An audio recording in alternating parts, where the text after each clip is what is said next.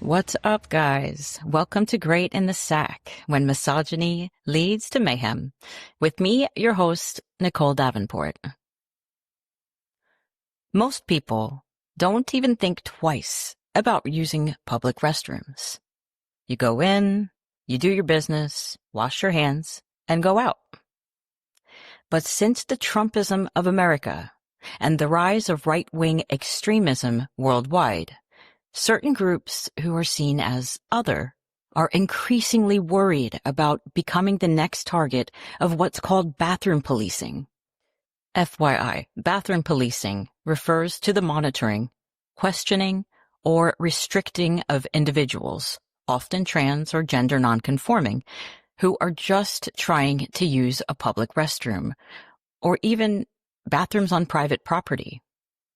I can't imagine the fear and terror of being pointed out, accused even, if you will, of not matching with the bathroom that people think you should choose. It's absolute nightmare fuel, and I mean, it's all up to the opinion of the accuser. Hate is in the eye of the beholder, after all.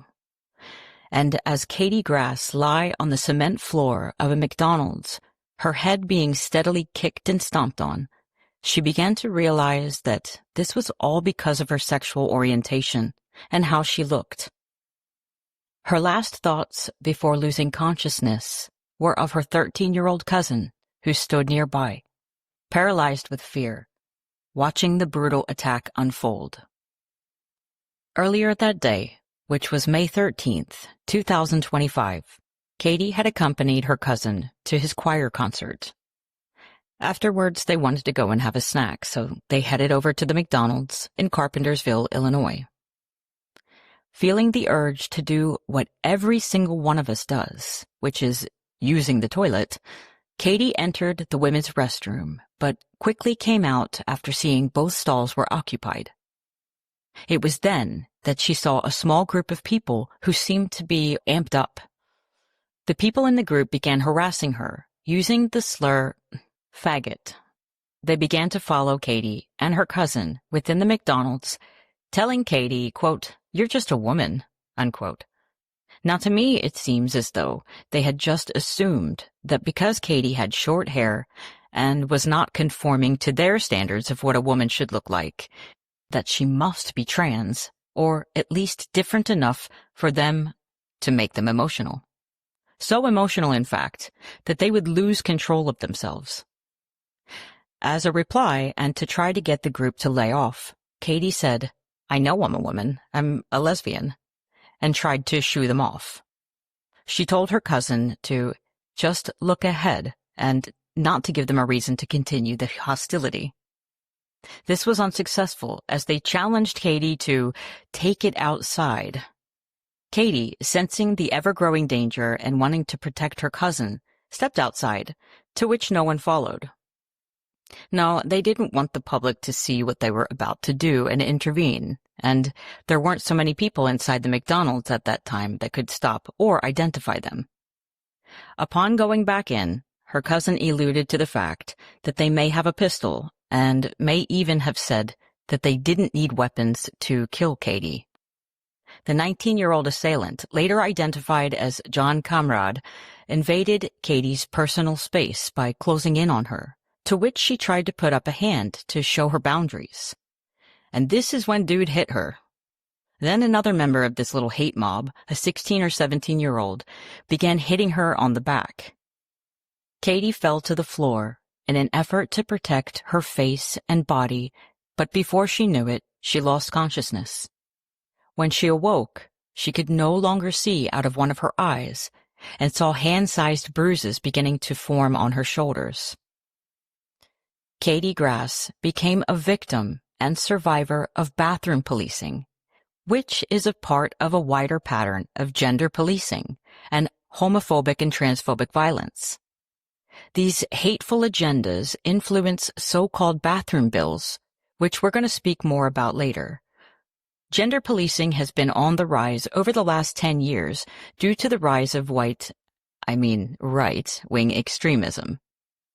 One can begin to see the early signs of this beginning around the mid-2010s, when a series of political shifts around the world signaled a broader trend: the re-emergence and normalization of right-wing populism, often accompanied by three distinct features: democratic backsliding, rising nationalism, and an erosion of civil liberties. In the United Kingdom, the 2016 Brexit referendum reflected more than just a desire to leave the European Union. It revealed growing nationalism, anti-immigrant sentiment, in addition to a distrust of global institutions. Around the same time, in the United States, the election of Donald Trump in 2016 marked a dramatic turn toward populist rhetoric and policies. This alternate type of politics appeals to white identity and authoritarian themes such as law and order, complete with a rejection of what Trump termed the swamp, a vague but effective scapegoating of liberal elites, journalists, and federal institutions, and the very beginning of the, quote, fake news rhetoric. Turkey also experienced democratic erosion during this period, which we covered during the first and second part of the Incel episodes. Following the failed coup attempt in 2016, President Recep Tayyip Erdogan's government, the AKP, moved swiftly to consolidate power. This consolidation of power led to the jailing of journalists, the purging of academics and civil servants, and the weakening of judicial independence.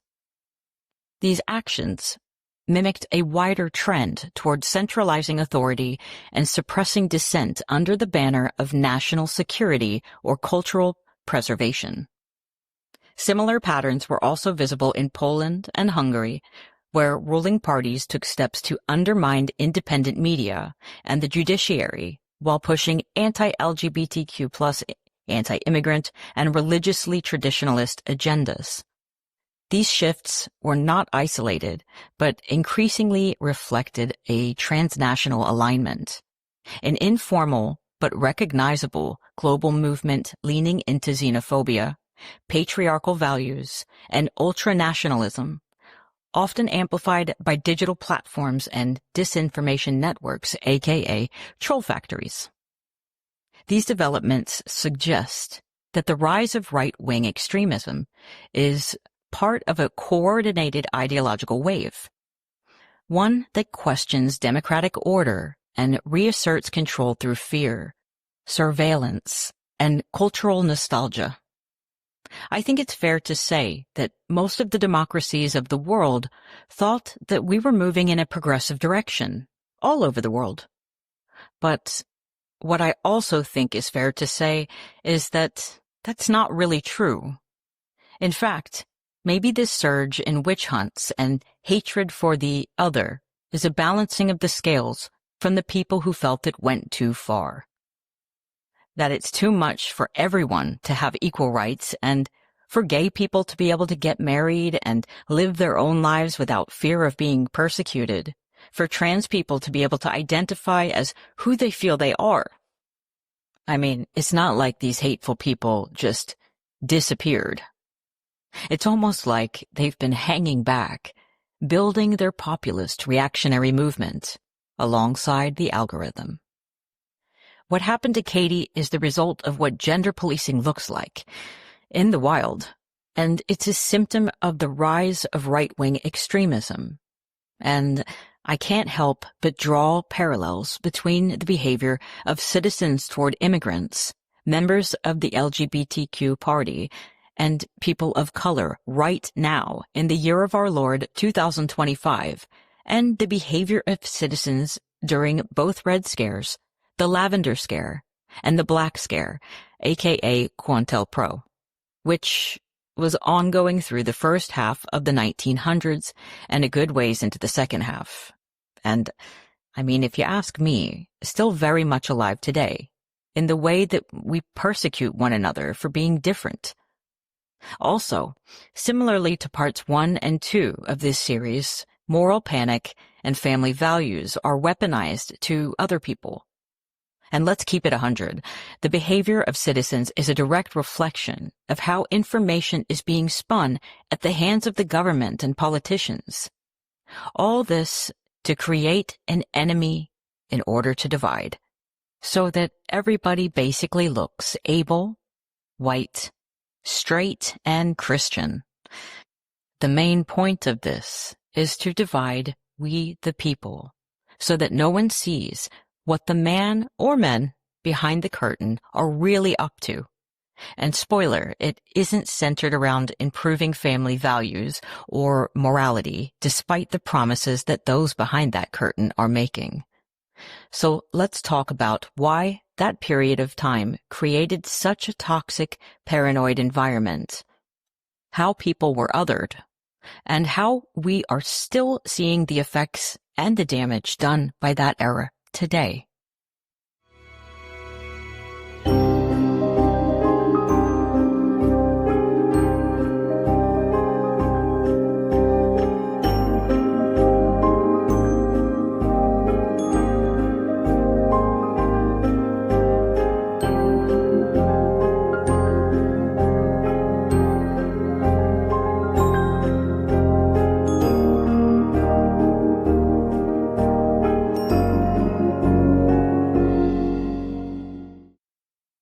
Great in the Sack, When Misogyny Leads to Mayhem, proudly supports the Trevor Project, a leading U.S.-based organization providing life-saving support for LGBTQ+ youth through 24/7 crisis services, peer connection, and education.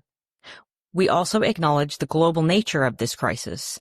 For our international listeners, organizations like ILGA World and Rainbow Railroad are doing vital work to defend and protect LGBTQ+ individuals facing persecution, criminalization, and displacement around the world.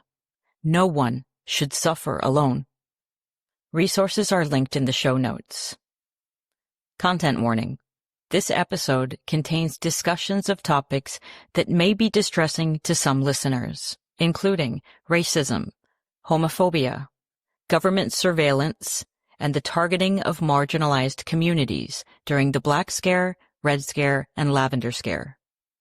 We will also touch on suicide, the vilification of LGBTQ+ individuals, and harmful stereotypes, including the false association of queer people with predatory behavior. If this feels like it might be a little too much for you today, come back a different day when you feel like you're ready to listen.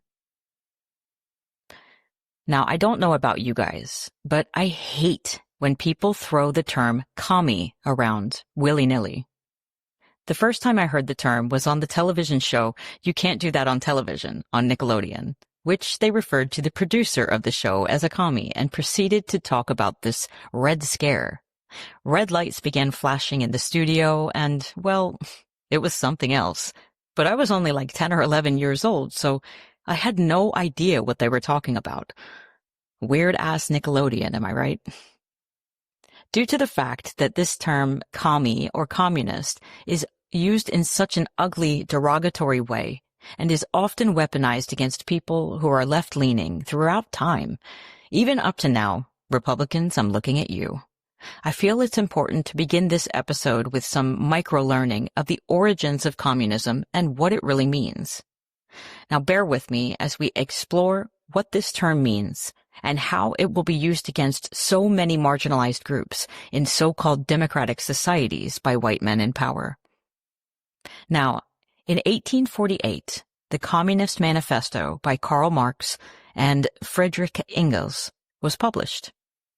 This document laid out the foundational principles of Marxism, which were class struggle, historical materialism, and basically a call of action to the working class to overthrow the capitalist class, or the ruling class. In 1867, Marx published a follow-up, which was a critique of political economy, called Das Kapital. And honestly, I had no idea he was German until I heard that book title. Anyway, he started writing volumes 2 and 3 of Das Kapital, but died in 1883. So Engels, the co-author of the Communist Manifesto, stepped in to finish Das Kapital 2 and 3 using all of Marx's notes. These theoretical books spread like wildfire, thanks to the printing press, of course, which had come light years from when Malleus Maleficarum was published. So, what is communism really?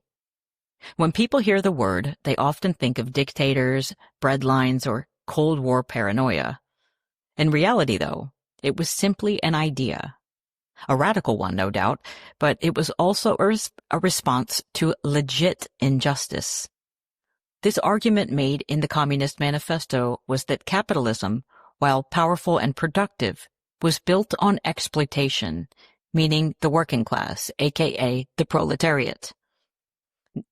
The proletariat did all the labor, with no rights, mind you, those came later, while the owning class or ruling class, aka the bourgeoisie, reaped the profits.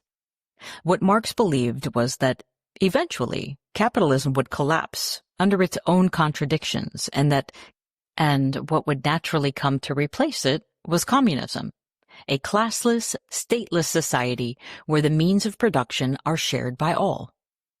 Marx thought this shift was inevitable, emerging from the growing misery of the working class. But anyway, let's fast forward to Russia, 1917. Now, Russia wasn't industrialized like England or Germany was. Most of the population were poor peasants, not factory workers. Yet the revolutionary group known as the Bolsheviks, which means majority, a split faction of Russia led by Vladimir Lenin, wanted to make Marxist theory a reality. Lenin adapted Marxism into what's known as vanguardism by means of the vanguard theory. Vanguard theory implies that the working class wouldn't naturally rise up. Instead, a vanguard party of educated, disciplined revolutionaries had to guide the people to seize the power and create the conditions for communism. In October of 1917, the Bolsheviks overthrew the government, claiming to speak for all the workers. They nationalized land and industry and laid the groundwork for a one-party state. And so the Soviet Union was born. Not quite the stateless utopia Marx had envisioned and wrote about, but instead a heavily centralized authoritarian state. And that is the irony of the Iron Curtain, I guess. Karl Marx dreamed of a world without rulers, while Lenin built a system in which a ruling class was necessary to make that world possible. So to sum up the development of Bolshevik communism and the Soviet Union, I will first reiterate that communism is an ideology, not a black and white one-size-fits-all political system. Lenin may have been driven by a sincere belief that capitalism was oppressive as fuck and unsustainable, and that Marxism offered a type of blueprint to a better world for the Russian peasants suffering poverty and inequality. But, as they say, the road to hell is paved with good intentions, because while he risked his life for the revolution, he banned all opposition parties shortly after taking power. He shut down the press, even leftist press. He also created a secret police force that arrested, tortured, and murdered people without any type of trial or judiciary process. Lenin is ultimately responsible for creating an environment in which Stalin's dictatorship could thrive. Liberation cannot be forced by gunpoint after all, and when it is it really freedom? Meanwhile, the fact that Lenin was able to lead this revolution, which ultimately overthrew the provisional government that existed after the Russian Empire collapsed, absolutely terrified capitalist countries like the US and England. This fear led to the first Red Scare, which consisted of a blinding fear of communism. It was seen as a direct threat to democracy. And it didn't help that Lenin said he would not stop with the Soviet Union. In fact, he vowed to spread communism worldwide. 1919 America saw bombing attacks of prominent figures. These events followed an escalating trend of intermittent attacks stemming from anti-capitalist and anti-state anarchism, and also the 1901 assassination of President William McKinley by a self-proclaimed anarchist. This dude lost his job and wanted to tear the whole system down. He believed McKinley was an enemy to the American people, for whatever reason. It's kind of unclear. Many people who had turned to anarchy had done so after the 1870s so-called Long Depression, which some indicate was more severe than the Great Depression. After the assassination of McKinley, anarchist attacks continued intermittently up until around 1919, in which the bombing attacks reached a fever pitch, as already indicated. The attacks, while mostly unsuccessful, minus a bomber himself being killed in an attack, and, of course, the 50th Attorney General, A. Mitchell Palmer's servant, having her hands blown off, it created a familiar environment of moral panic, especially so for the ruling class. The fear of anarchism blended with the fear of communism. Americans, lacking the understanding for different leftist groups, persecuted all of them. Even before the Bolshevik uprising and the Russian Civil War, America had many leftist groups and movements. These groups included the Socialist Party of America, and it even included labor unions, which were seen as radical at the time. Why, you ask? Because before labor unions, before people fought for workers' rights, working days could be exceptionally long, often ranging from 10 to 16 hours, with work weeks typically being 6 days. Fair pay and better conditions were also of the demands. And what better way to avoid having to comply with those things as a business owner than to call the labor unions anarchists or commies? And it's absolutely fair to say that a person could believe in communist ideology, the idea of a classless, stateless society, without supporting violence or even Bolshevism.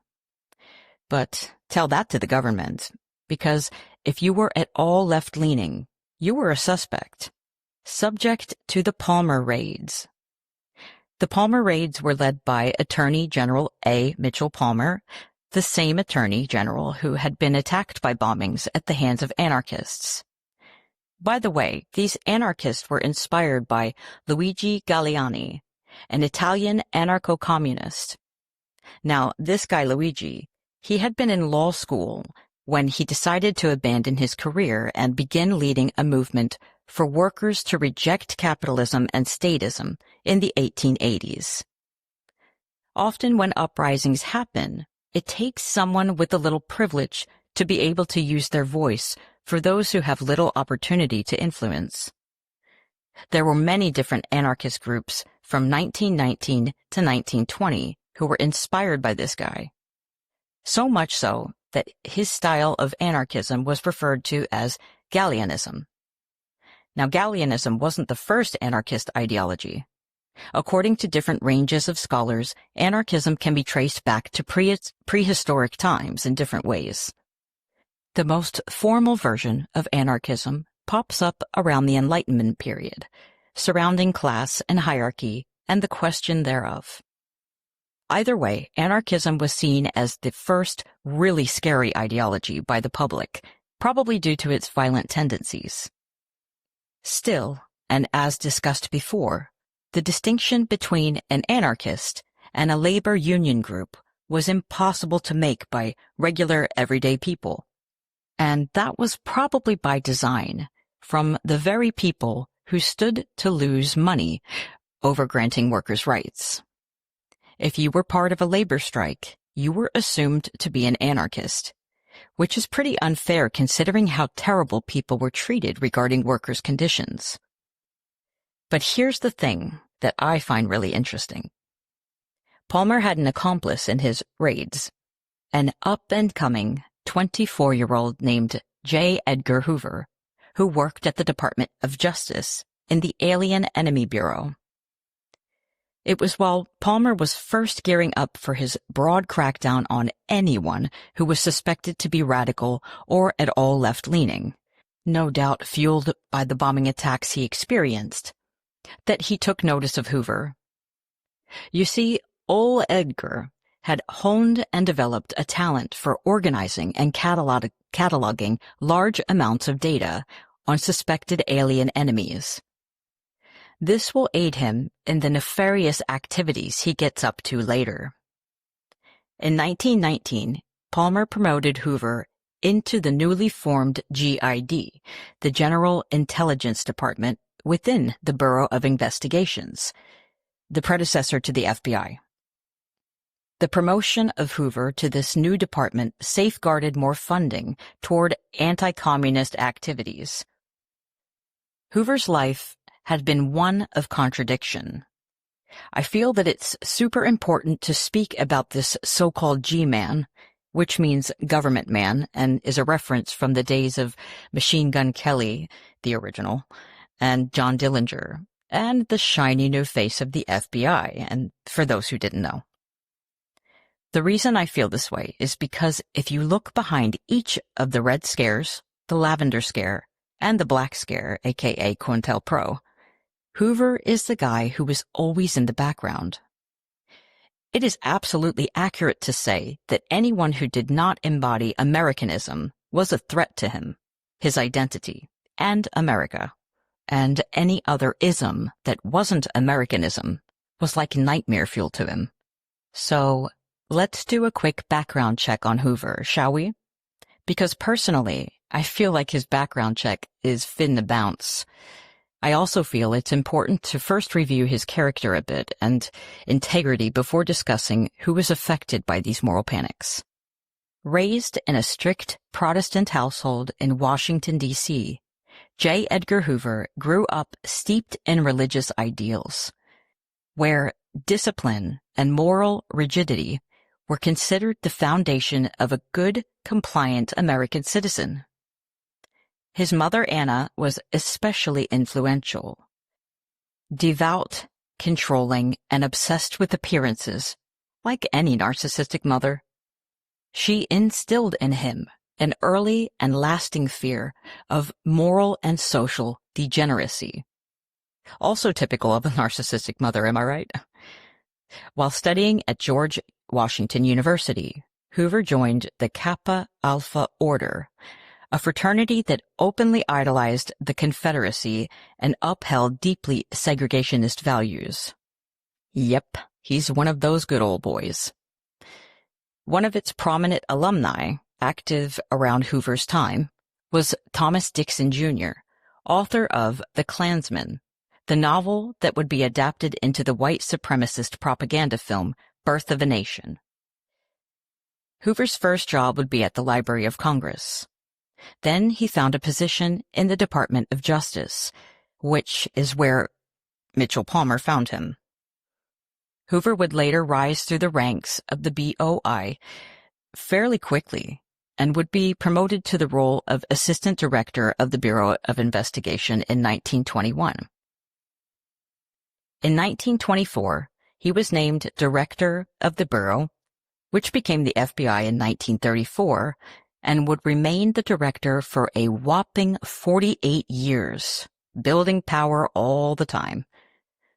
Now, Hoover didn't start as the tyrant he became, though he did seem to carry a lot of hatred towards anyone nonconforming to the standards he held. That same year, 1924, President Calvin Coolidge brought him in to clean up the mess after the Teapot Dome scandal. The Bureau of Investigation, what would later become the FBI, was a chaotic mess, full of corruption and incompetence. So Hoover came in, cleaned house, and introduced strict hiring practices. But I mean, really, he just chose who he wanted to make the FBI look a certain way. Tall, white, and good-looking, almost above reproach. Could that all be due to the rumors that he himself might be gay? Not sure, but anyway, to some he looked like a reformer, a hero, even to some within the Justice Department itself. But power is a fickle thing, isn't it? Once you get a taste for it, it's hard to recognize that growing, almost insatiable need for more. He began to centralize everything. The collecting of dirt on people, or blackmail, let's keep it real, began. He took those skills he learned in the Alien Enemy Bureau and used them to turn what was supposed to be a crime-fighting agency into a surveillance machine. Hoover, along with Eisenhower, McCarthy, and even Roy Cohn, would kinda set the precedent for the othering and the straight-up hatred for those suspected to have relations, involvement, or, as they will come to call it during the scares, susceptibility to the communist threat. And as we know, this will include the continued and even worsening of the treatment of immigrants, people from the LGBTQ community, and people of color. Okay, now back to the Palmer raids. So as we know, and as the name suggests, Palmer is the guy who led this battle to defend America by detaining, interrogating, and deporting suspected radicals, aka anarchists, and commies, and also immigrants and labor union organizers, often with no real evidence. He authorized mass arrests, over 10,000 people, during these raids without proper warrants. Many people were held in unsanitary conditions, denied access to lawyers, and were often never charged with anything, which was a blatant violation of due process. Around 500 people were deported. Palmer tried to push for tougher immigration laws to allow for faster deportations with fewer legal protections. While Palmer was the public face of the raids, Hoover was the architect, the guy who was behind the scenes compiling the lists of suspects, helping to design the interrogation strategy, and establishing the beginnings of the governmental intelligence framework. But Palmer made a grave miscalculation. He declared that a communist revolution would erupt in the U.S. on May Day in 1920. May Day was May 1st and also International Workers' Day, which, weird enough, is a totally different day in the U.S. Coincidence? The date came and went. Nothing happened. Like so many failed apocalyptic predictions from religious cults, his credibility was shattered. The hysteria died down, at least for a while. Somehow, Hoover's career was able to survive the downfall of the Palmer raids. It seems as though he did this by shifting blame and developing a more cautious and secretive style. Hoover strategically distanced himself from the raids by claiming to have been just following orders, and also by blaming local agents for the infamous warrants, or rather lack thereof, rather than taking responsibility for his widespread abuses of power. But, alas, the seeds had been planted, and during the Cold War, fear would have a new face. This moral panic is now known as the Second Red Scare, and it would focus on the enemy within.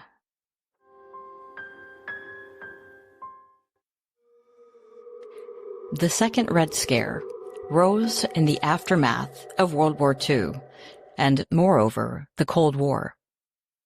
This type of anti-communist, anti-subversion form of paranoia and fear lasted from the late 1940s through the 1950s, peaking between 1950 and 1954.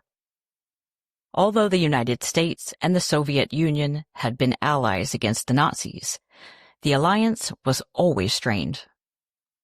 The U.S. never told the Soviets about the Manhattan Project, but Britain was in on the secret, and though the Allies didn't know it yet, Stalin was too, thanks to his spy ring, or shall we say spy rings. And that familiar scapegoating and othering that the U.S. is still known for, which was present during the first Red Scare against immigrants and people seen as un-American, would show up again during the second Red Scare as well. Somehow, anti-communist fears became intertwined with xenophobia and anti-Semitism, even more so than the first round. I guess one could say that communism, particularly in the context of the Soviet Union, not the ideology, was often associated with perceived foreign influences and challenges to American values. This fueled fear and suspicion of immigrants and minorities who were frequently unfairly targeted as potential communist sympathizers. Additionally, the historical use of anti-Semitic tropes against communists further exacerbated the connection between anti-communism, xenophobia, and anti-Semitism. And remember what I said in part 1 about the depiction of witches and anti-Semitism? Well, these pre-existing anti-Semitic tropes were the type that presented Jews as being secretly in control, this time of the communist movement. This helped to link anti-Semitism with anti-communism, creating a fear and suspicion towards both. Now, I know my listeners are smart and have enough emotional intelligence to know that I'm talking about historical contexts here, which is not at all in reference to the current situation between Israel and Palestine in any way. Still, due to all the devastation in Palestine, which have so many feeling hopeless, I felt the need to differentiate this historical context as to not upset anyone. Anyway, this fear extended to perceived foreign influences within the U.S., leading to the targeting of immigrants and minorities, again, who were seen as potentially vulnerable to communist indoctrination. I mean, where the hell did they come up with this stuff? And don't worry, it will expand to include other types of groups, and as usual, with these types of moral panics, it will encompass so-called American values and gender roles. Tactics typical of the patriarchy. You guys know the drill.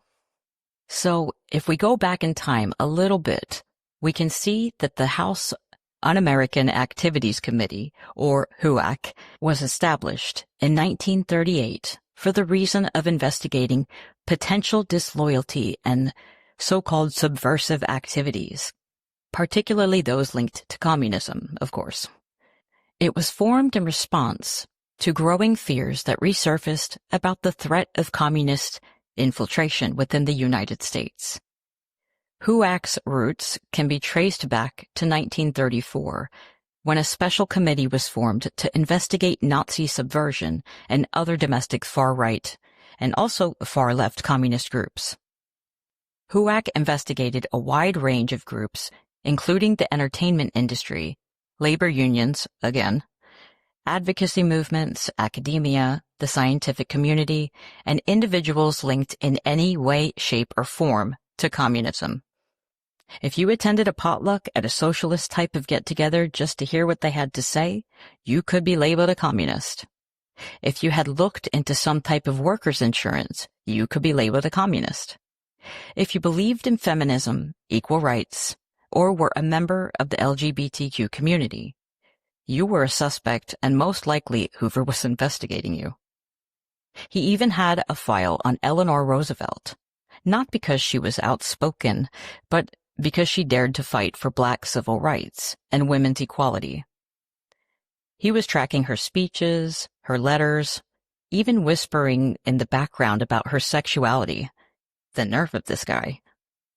To Hoover, empathy was a threat and could lead to infiltration. Somehow? ? My, doesn't that echo the sentiments of the Trump and Elon government today? Anyway, we'll talk more about HUAC in a little bit. Churchill's Iron Curtain speech in 1946 really set the precedent on how communism was to be viewed by democratic nations. It signaled to the world that the Cold War had unofficially begun. Meanwhile, the Truman Doctrine of 1947, which aimed to contain communism worldwide by funding countries under the threat of communism, like Greece and Turkey. This doctrine positioned the U.S. as some moral defender of democracy. There were some very real events that would further exacerbate this extreme fear of communism and perceived subversion. For example, when the Soviet spy rings were uncovered in the U.S., like the Rosenbergs, who were accused of passing atomic secrets back over to the Soviet Union. Americans began to lose their shit. All of the worries over communist infiltration suddenly seemed pretty damn real and legit. The threat wasn't some distant ideology anymore. It was your neighbor, your teacher, your coworker, you. Meanwhile, while Stalin publicly advocated for worldwide communism to keep up the facade, he was more focused on consolidating control within his own borders. Yet his rapid expansion into Eastern Europe and the victory of Maoist communism in China kind of activated the confirmation bias of American officials. And again, they thought, OMG, communism is spreading fast. Roy Cohn, yes, that Roy Cohn, Trump's former and now deceased bestie and mentor. Back then, during the Cold War, Roy Cohn, yes, that Roy Cohn, Trump's former and now deceased bestie and mentor, was a young and aggressive prosecutor in the Rosenberg case. You see, he moved to D.C. to boost his career as a commie hunter. He would go on to become Senator Joseph McCarthy's right-hand man during the Senate's communist witch hunts.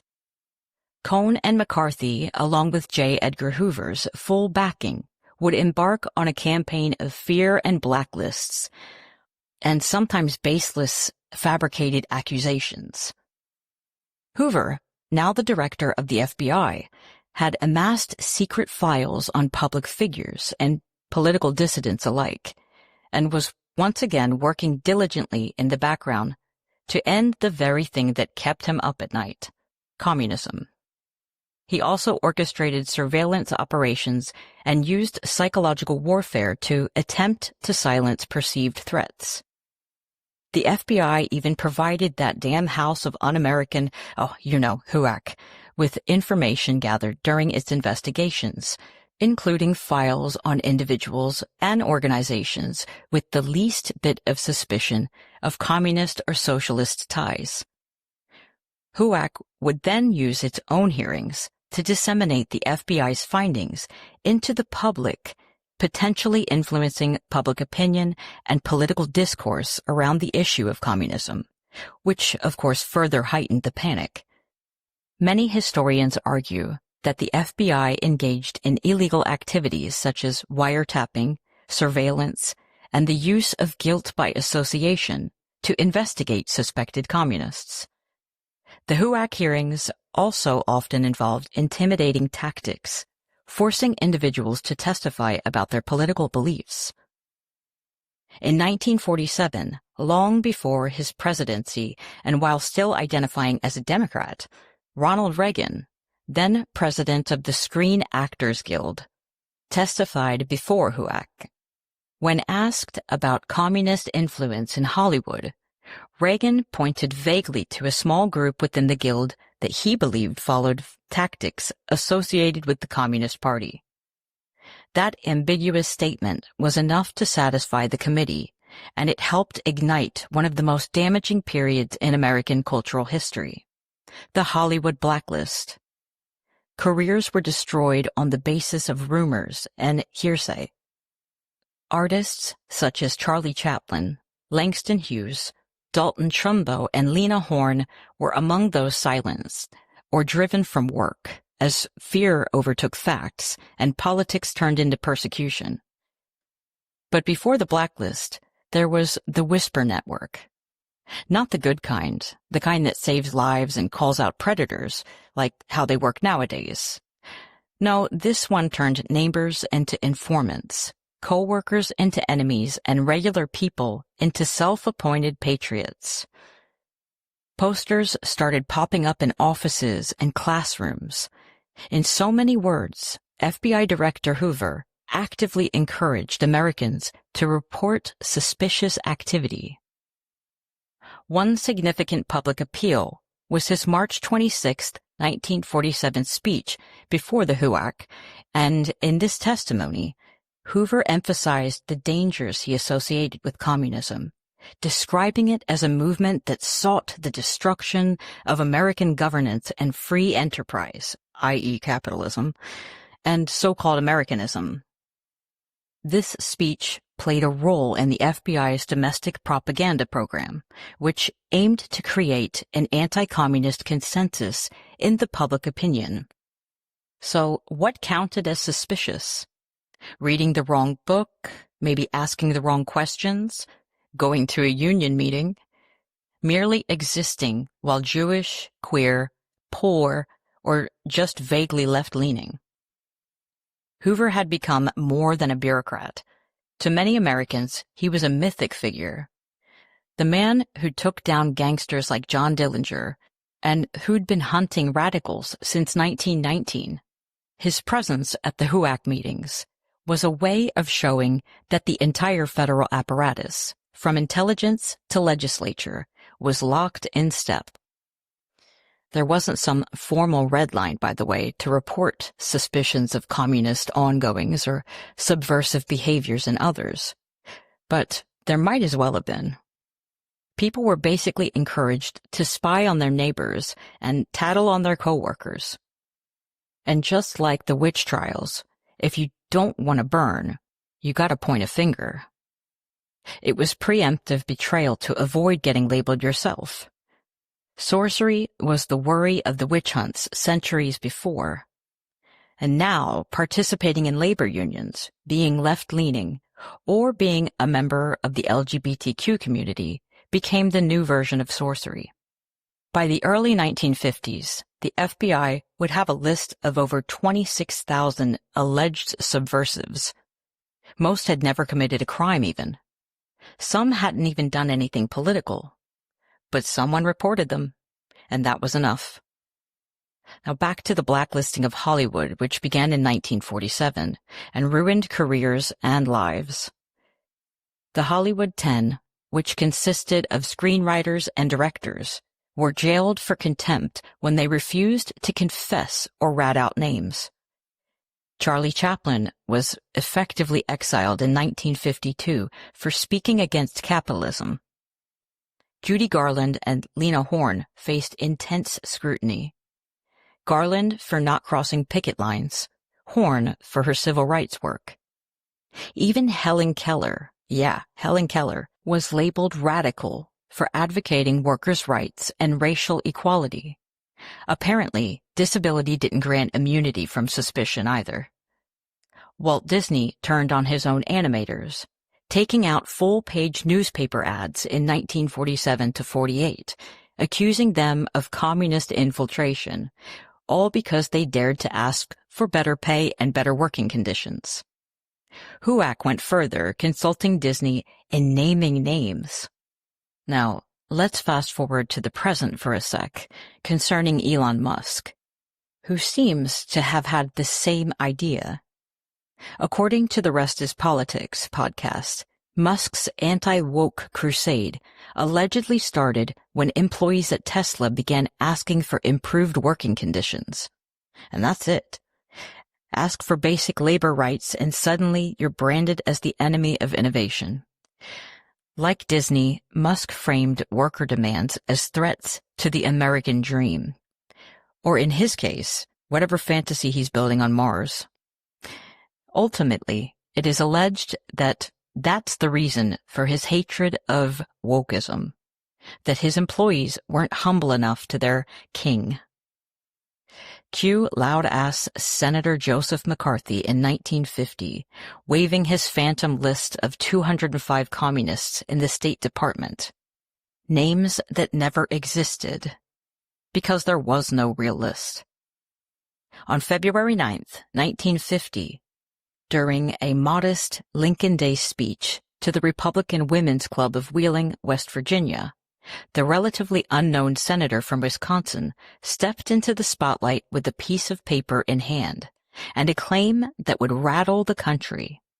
No audio exists, and the exact number he cited has changed depending on who's telling the story. But what he did say left no room for nuance. The State Department was, quote, infested with communists. He claimed he had a list, 205 names as stated before, of Communist Party members who were still employed by the U.S. government, quietly influencing policy from within.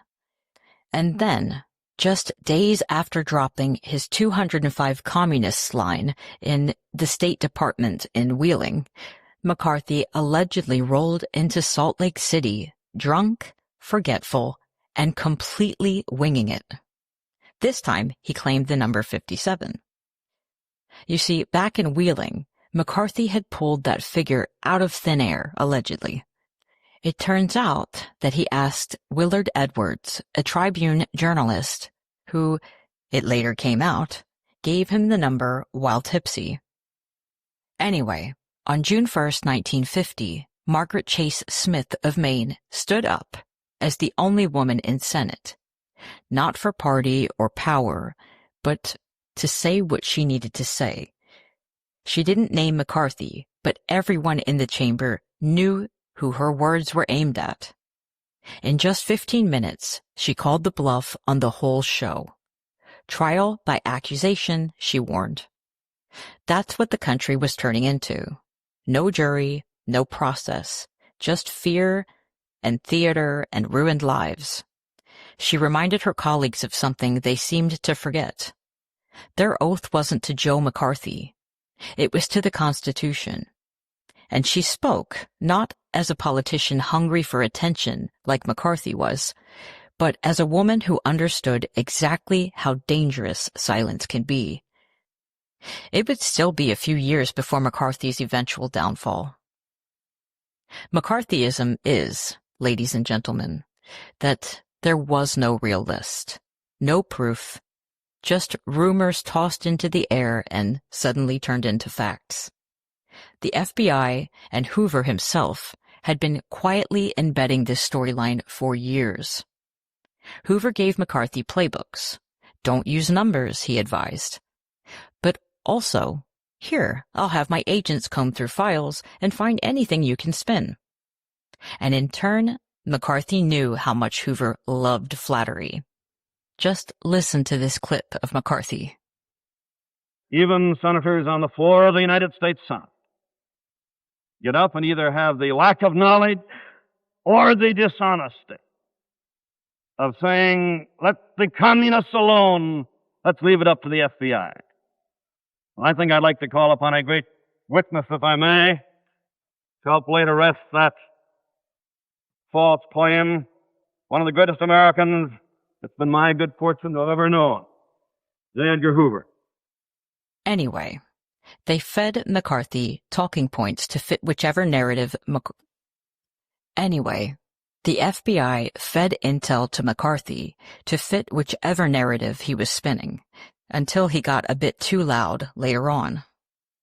Oh, and also, Hoover is the guy who hooked McCarthy up with Roy Cohn. The pair preferred to have executive sessions, which were usually off the record, and also out of the sight from the Capitol, where they could abuse and overreach their power and authority. McCarthy was also responsible for hunting down so-called red books, written about anything McCarthy himself saw as a communist or communist sympathetic within the U.S. Information Service libraries around the world. He had those books taken off the shelves and in some cases burned. One of the most infamous and telling examples of federal employees who were affected by this second Red Scare was Annie Lee Moss, a woman of color working as a communications clerk in the Pentagon. Moss was accused by McCarthy of being a communist infiltrator. He claimed she was listed as a member of the Communist Party based on FBI reports. But it was the wrong Annie Lee Moss. The FBI likely mixed her up with another person of the same name. When brought in front of the Senate Permanent Subcommittee on Investigations in 1954, she told the panel, quote, "I don't even know what communism is," end quote. She'd been working in the cafeteria before her job as a clerk. Moss's calm, dignified presence and the glaring lack of evidence against her kind of turned public opinion, along with other factors such as the number of communists constantly changing on the list. Annie Lee Moss's case showed how McCarthy's campaign was more about fear and scaring someone into submission rather than facts. Even Edward R. Murrow, the famed broadcaster, picked up on it. In one of his most powerful broadcasts, he used Moss's story as a symbol of the dangers of accusation without proof, stating, quote, "The fault lies not in the stars, but in ourselves," end quote.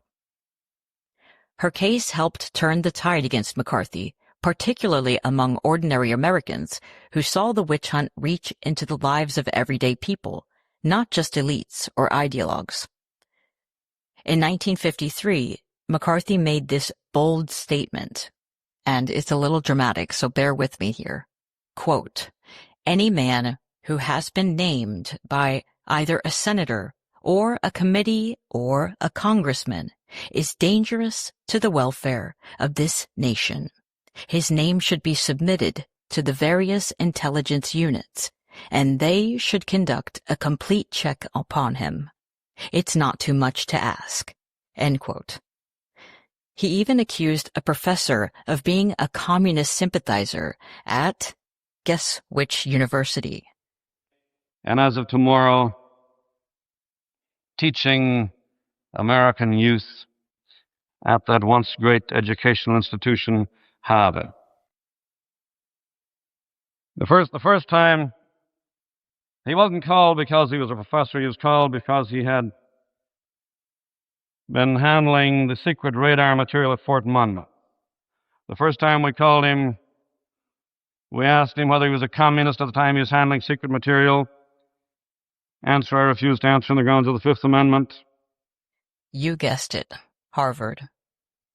Now, while Hoover truly admired McCarthy's fire, he knew when that fire needed to be put out. He reportedly told the department, "Don't give McCarthy any more info. If he has no info, he'll have nothing else to say." Because McCarthy was Hoover's pawn until he started waving that list, and then he dragged the U.S. Army into the hearings. And while Hoover's role was not the sole cause of McCarthy's downfall, he certainly had something to do with it. Because amongst many things that occurred during these 36-day hearings, McCarthy also claimed to have a letter from Hoover to the Army alleging security risks. Hoover publicly denied sending such a letter, and the letter was later revealed to be an excerpt from a significantly longer FBI memo, according to CQ Press. This created a credibility issue for McCarthy, as Hoover's reputation was way more strong, and he was a respected figure in D.C. A lot of this was unfolding because McCarthy and Cohn were accusing the Army of mistreatment of their golden boy, David Schein, another young anti-communist crusader who got drafted into the Army. And because of this, Cohn went ballistic because he couldn't believe that the Army drafted his friend. After all, he avoided his draft, as did Trump, weird enough. Anyway, Cohn threatened to wreck the Army, as he called it, unless Schein got special treatment. Spoiler, he didn't get special treatment. So they did what any other privileged white politicians would do during that time. They claimed the Army was harboring communists. And wouldn't you know, the Army was like, "Y'all abusing your power." The entire thing unraveled on live TV, and an estimated 80 million people watched. It seemed as though the people agreed. While McCarthy was a master with printed media, you see, he came across as a sloppy, overzealous bully on TV. This wasn't just some petty fight over a favor for their friend, though. Don't get it twisted. McCarthy weaponized paranoia. For years. Even throughout the government, and successfully too. He figured he could easily point a finger at the U.S. Army, one of the most sacred institutions in post-war America. He ultimately claimed that the military had gone soft on Reds, maybe even protected them. And the ridiculousness of this was that at the same time, he and Roy Cohn were practically throwing tantrums behind the scenes trying to get their friend cushy assignments. Cohn, despite being the fire starter here, tried to put out the blaze when he saw it was going out of control. When the spotlight got too hot and the accusations began spiraling, Cohn knew they'd gone too far. I watched these hearings, and he just sits back in his chair and just you can see him just give up. He tried to distance himself and de-escalate the situation, but it was too late. Cohn, once McCarthy's attack dog, was now quietly backing away, while McCarthy flailed in front of a Senate committee like fish without air. His credibility unraveled completely, and this is where we get that famous line that stuck. You've done enough. Have you no sense of decency, sir? At long last, have you left no sense of decency? Those words, delivered by an emotional Army lawyer named Joseph Welch, cracked the bullshit wide open. And then the second Red Scare began to calm down. Homosexuality, as most know, also became a huge target during this time period, and the effect of people of this community being scapegoated would last much longer than the Red Scare itself, around 40 years longer. Well, I mean, it's not like it was good for members of the LGBTQ community before, but it was about to get a whole lot worse, is what I'm trying to say. So, now we're going to discuss the Lavender Scare. And since the Lavender Scare runs somewhat parallel and overlaps with the Red Scare, we must travel back a bit to understand the background of the situation surrounding the LGBTQ community at that time. I'm going to be using the phrases gay or lesbian instead of LGBTQ because that's the terms they used during this time as well. Before the Lavender Scare took hold in the early 1950s, life for gay and lesbian individuals in the United States was already shaped by widespread social, legal, and institutional repression. Homosexuality was pathologized by the medical community and criminalized by the legal system. It was also condemned by dominant religious and cultural norms. However, there existed small, often clandestine subcultures, particularly in urban areas like New York City, San Francisco, and Los Angeles, where queer individuals could find limited social connection, often in the margins of society.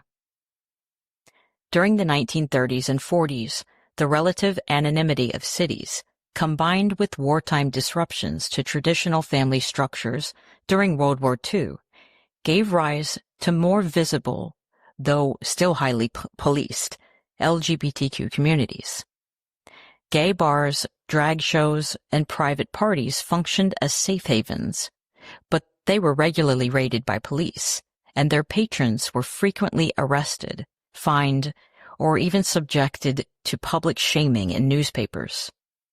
There was no legal protection for employment or housing. Suspected homosexuality could lead to job loss or even institutionalization. The broader cultural and legal context rendered people of the gay and lesbian community virtually invisible in public life. They were denied representation and self-determination, and even language for describing their experiences outside of pejorative medical or moral frameworks. While there were early organizations such as the Mattachine Society, founded in 1950, beginning to advocate for rights and visibility, these efforts were just beginning and still largely underground by the time the Lavender Scare formally structured anti-LGBTQ discrimination at the federal level. So, before the Lavender Scare, the gay and lesbian community lived under a system of enforced silence and fear, marginalized by both formal institutions and everyday social interactions. The scare didn't really start the oppression. It had already been there. It simply codified it and embedded it into state-sanctioned homophobia. These folks also faced significant, though often unofficial, barriers to employment in government, the military, and other forms of public service in the pre-Lavender Scare era. While there was no formal federal policy explicitly banning homosexuals from such positions prior to the 1950s, discriminatory practices were pervasive and deeply embedded in institutional culture. In the civilian workforce, LGBTQ individuals could sometimes secure employment, particularly in industries where visibility was low or conformity to heteronormative gender roles was less strictly policed. But they did so under the constant threat of exposure. Being outed as gay or lesbian often resulted in immediate dismissal, also professional blacklisting. It could even lead to institutionalization due to a psychiatric evaluation or arrest under morality laws. There were no legal protections against such outcomes, and employers routinely viewed homosexuality as incompatible with, quote, good moral character, a criterion often required for public sector roles. In the U.S. military, the experience was similarly precarious. During World War II, thousands of gay and lesbian individuals served in the armed forces, and for many, military service represented a form of escape from the scrutiny of small-town life and an unexpected opportunity to connect with others like themselves. However, homosexuality was officially classified in the 1951 DSM-1 by the American Psychiatric Association, and also a moral failing by military standards. Service members found to be gay or suspected of homosexual behavior could be subjected to dishonorable discharge, interrogation, or even, as we said before, forced institutionalization. That said, enforcement was inconsistent. While some were investigated and expelled, others served quietly, particularly during wartime when manpower needs were high. To wrap up the pre-Lavender Scare era here, gay and lesbian Americans were not yet categorically barred from the military or government service, but they existed in an unstable space, technically permitted but constantly policed. Their employment was conditional and fragile and contingent upon secrecy. The Lavender Scare formalized and escalated this climate of suspicion, turning what had been unofficial intolerance into codified exclusion. Now back to the Lavender Scare, a play on the totally boomer-sounding term lavender lads, which was slang for gay men, that emerged around this time. That icky phrase was used repeatedly by Senator Everett Dirksen as a synonym for homosexual males. He wasn't shy about it either. In 1952, Dirksen said that a Republican victory in the November elections would mean the removal of the Lavender Lads from the State Department. Anyway, in the climate of post-World War II paranoia, President Harry Truman signed Executive Order 9835 in 1947, initiating loyalty investigations of federal employees. You basically had to take a loyalty oath as any type of civil or federal employee, which meant you had to claim you were not a communist at best, and at worst, you could be investigated at any time. Though the focus was ostensibly communists, the broadness of the language of the order allowed moral character to be scrutinized. It also laid the groundwork for purging federal employees, not only for political subversion, but now also for so-called immoral conduct, a category increasingly used to target people of the gay and lesbian community. Just after that, in 1950, the United States Senate convened a subcommittee chaired by Senator Clyde R. Hoey, yes, Hoey, a Democrat from North Carolina, to investigate the presence of homosexuals in the federal government. This initiative, officially known as the Senate Investigations Subcommittee on Employment of Homosexuals and Other Sex Perverts in Government, that was a long, terrible name, operated under the Senate Committee on Expenditures in the executive departments. The Hoey Report, issued later that year, represented the first official congressional inquiry homosexual conduct among federal employees. It was prompted by growing anxieties during the early Cold War about loyalty, espionage, and so-called subversive behavior, categories in which the gay and lesbian community were increasingly included in. The subcommittee gathered testimony from various federal agencies, including the FBI, big surprise, the Civil Service Commission, and the military, as well as psychiatric and law enforcement professionals. These testimonies overwhelmingly reinforced prevailing beliefs that people of the gay and lesbian community were morally disordered, psychologically unstable, susceptible to blackmail, particularly by foreign intelligence services, and therefore inherently unfit for federal employment. Although the report did not produce specific legislation, its findings had far-reaching implications. It formalized and legitimized existing practices of surveillance, dismissal, and exclusion from government positions. It also helped to institutionalize a framework in which sexual orientation was officially linked to national security risk. And you're going to come to see that framework being used constantly. The Hoey Report built on the assumption, already circulating within the federal bureaucracy, that homosexuality was both a moral failing and a psychiatric disorder, as discussed before. While not the origin of such beliefs, it did represent a kind of pivotal point in policy, reinforcing the idea that homosexual identity constituted an existential threat to the integrity of the state. In effect, the investigations and their conclusions laid the groundwork for more aggressive federal purges that followed during the 1950s and 60s under the Lavender Scare. The precedent set by the Hoey Committee was clear. Exclusion based on sexual orientation was not only totally cool, but necessary for national security. Then came Executive Order 10450.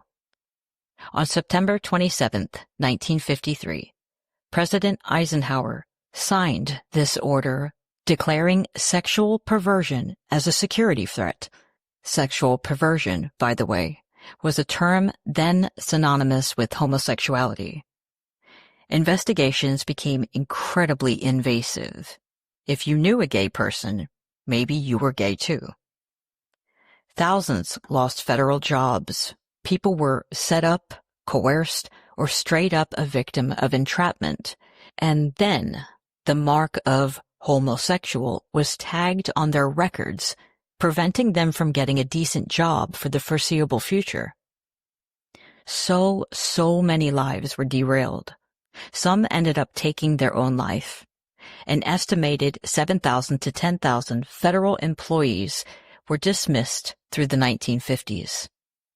That included Robert Cutler, Ike's national security advisor, who stepped down quietly in 1953 after being accused of homosexual activity. The Lavender Scare didn't stop with federal jobs either. It metastasized, spreading into the military and society at large like a mutated disease. Lesbian and gay communities went underground, and fear became a barrier to gathering and organizing. In fact, during the Lavender Scare, these characters of Norman and Norma were invented and used as personas in Federal Civil Defense Administration, FCDA, in the 1950s.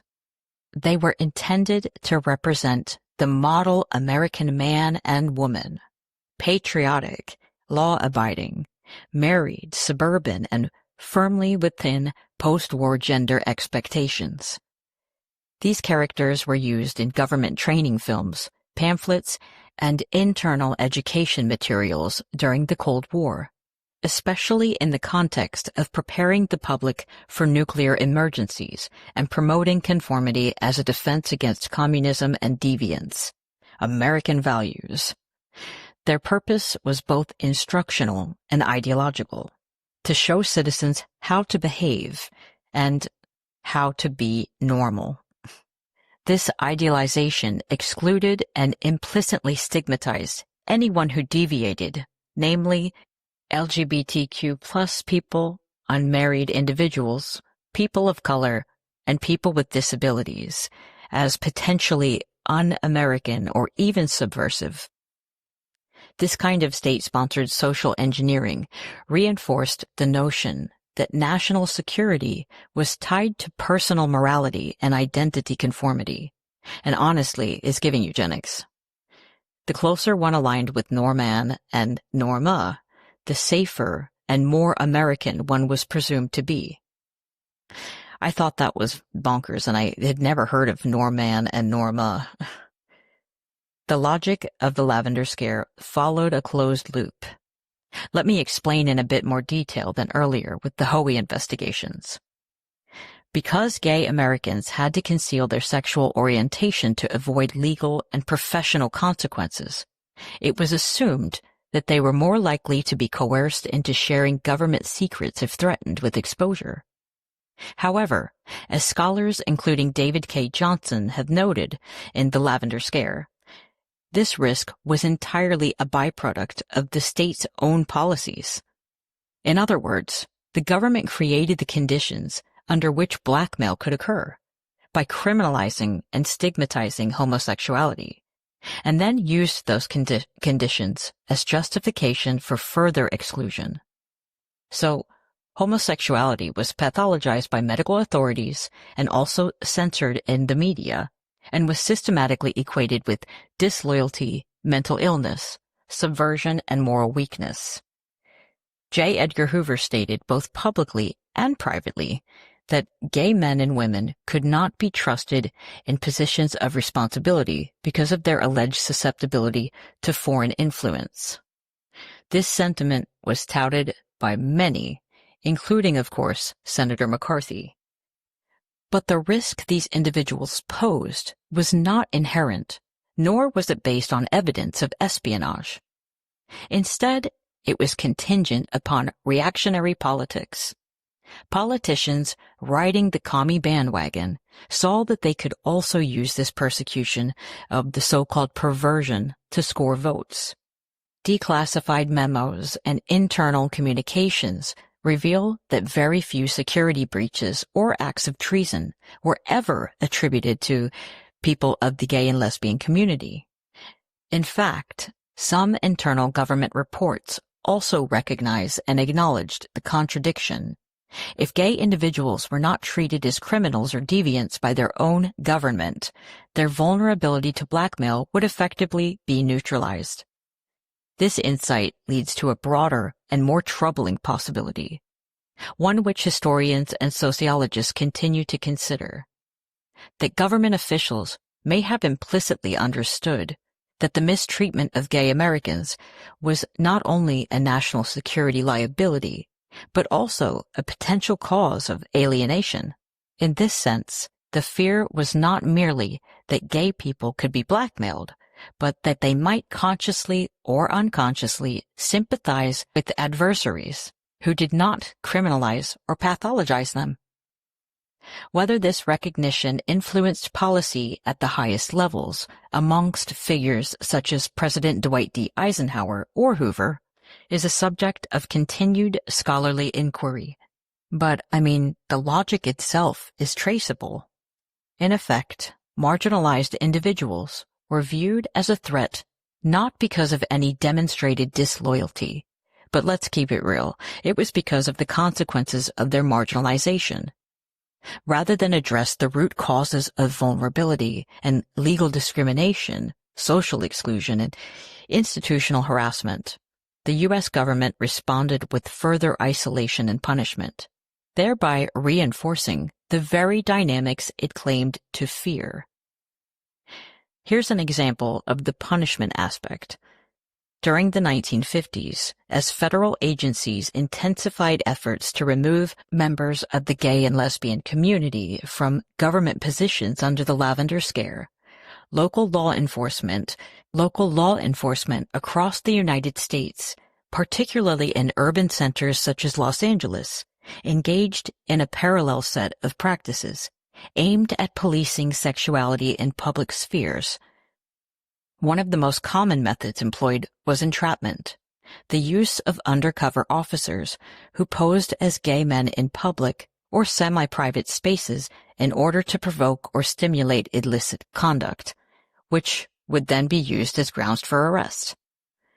A notable and shocking example is coming right up, but first I want to give y'all a little LGBTQ lore to help understand said example. The Mattachine Society was founded in 1950 in Los Angeles by Harry Hay, along with a small group of friends who shared Marxist and progressive political beliefs. Again, communist or not, they cared about the rights of others, which is more than I can say about those doing the persecuting.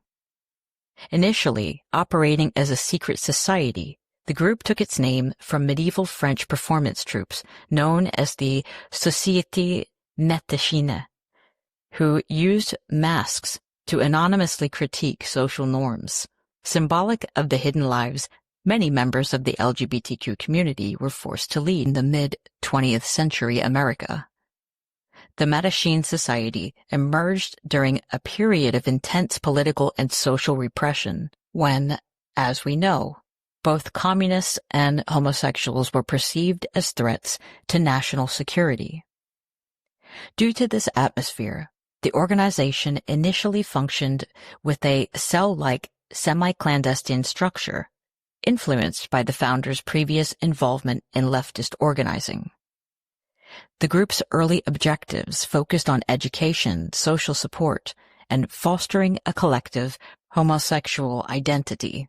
Its members believed that they constituted a distinct cultural minority who deserved the same rights and protections as other marginalized groups. In 1952, the Mattachine Society became more publicly visible following that shocking case of the arrest of Dale Jennings on charges of lewd conduct in an LA park. Here's what happened. In 1952, Dale Jennings, a writer and one of the founding members of the Mattachine Society, was approached by an undercover LA police officer who initiated a suggestive encounter, rather forcibly too. When Jennings refused the officer's alleged sexual advances, he was nonetheless arrested and charged with lewd and dissolute conduct, a common statute used at the time to prosecute consensual homosexual behavior, even when no overt act occurred.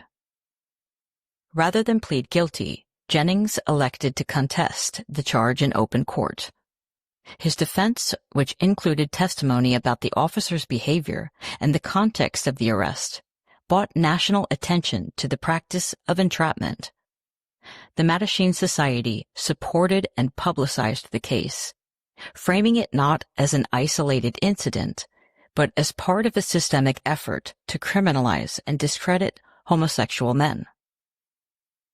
The jury ultimately refused to convict Jennings, marking one of the first legal challenges to anti-gay law enforcement tactics that resulted in a favorable outcome for the defendant. The case also served to mobilize early gay rights organizing in Los Angeles, offering an example of how legal resistance could be mounted in the face of widespread social and institutional hostility. This episode that happened underscored the way in which sexual nonconformity was criminalized, not only through policy, but also through targeted and premeditated policing strategies. It highlights the role of local law enforcement, reinforcing the same norms that federal loyalty programs sought to preserve, namely the ideal of the morally upright, heterosexual citizen as the only trustworthy participant in civic life. The Jennings case served as a turning point, encouraging the Mattachine Society to transition from a secretive cadre into a more open advocacy organization. However, the group's leftist origins prompted internal divisions. By 1953, under pressure to moderate its image and avoid association with communism, many of the original founders resigned. A new leadership took over, shifting the society towards a little bit more of a conservative approach, focusing on proving that homosexuals were normal and could integrate into mainstream American life. The Mattachine Society laid critical groundwork for later LGBTQ activism, particularly by establishing that homosexuals could and should organize politically, advocate for their rights, and challenge legal discrimination. Chapters of the society formed in cities across the U.S., and the organization continues to operate in various forms. Both of the Red Scares and the Lavender Scare was about shame and social control. The American government didn't need to jail every queer or communist to crush resistance. It just needed to make examples. The rest of them would self-censor, turn inward, or disappear altogether. And some disappeared permanently. Feminist scholars have long argued that McCarthyism and the Lavender Scare functioned as a patriarchal backlash, a reaction to war and a post-war environment, women's empowerment, and the slow emergence of queer visibility. Surveillance and suspicion were not just political tools, but also cultural tools for enforcing gender norms. Pushback during a time of unrest, just like during the witch trials, and just like is happening now because of war and colonialism, technology, and the threat of climate change. A parallel form of gatekeeping is observable today in the enforcement of certain anti-transgender policies, as we discussed in the beginning of the episode. This is happening particularly in states like Texas, where laws have been introduced that empower or even require individuals to report trans people, and they get paid too, that's the terrible part, for using bathrooms or facilities that correspond to their gender identity instead of what people think they should use. In some cases, this extends to teachers and doctors and parents who may face legal consequences for failing to report what the state considers inappropriate gender expression. This reliance on public reporting echoes the Lavender Scare's citizen surveillance model and also draws deeper historical parallels to pre-modern witch hunts, where individuals, primarily women, were accused, investigated, and punished based on public suspicion rather than legal evidence. In both cases, accusations were often fueled by fear, rumor, and societal discomfort with those who deviate from their comfortable idea of normative roles. The presumption of guilt rested on identity alone, and the accused were left to disprove an essentially unprovable charge.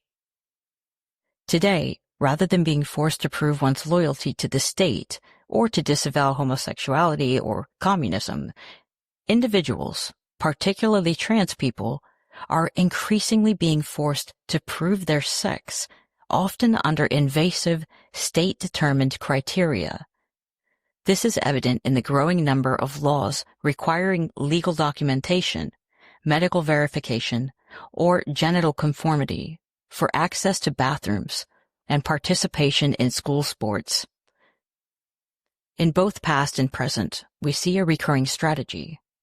The state mobilizes moral panic to justify the surveillance, exclusion, and regulation of marginalized groups, framing their very existence as a social threat or even a cultural one.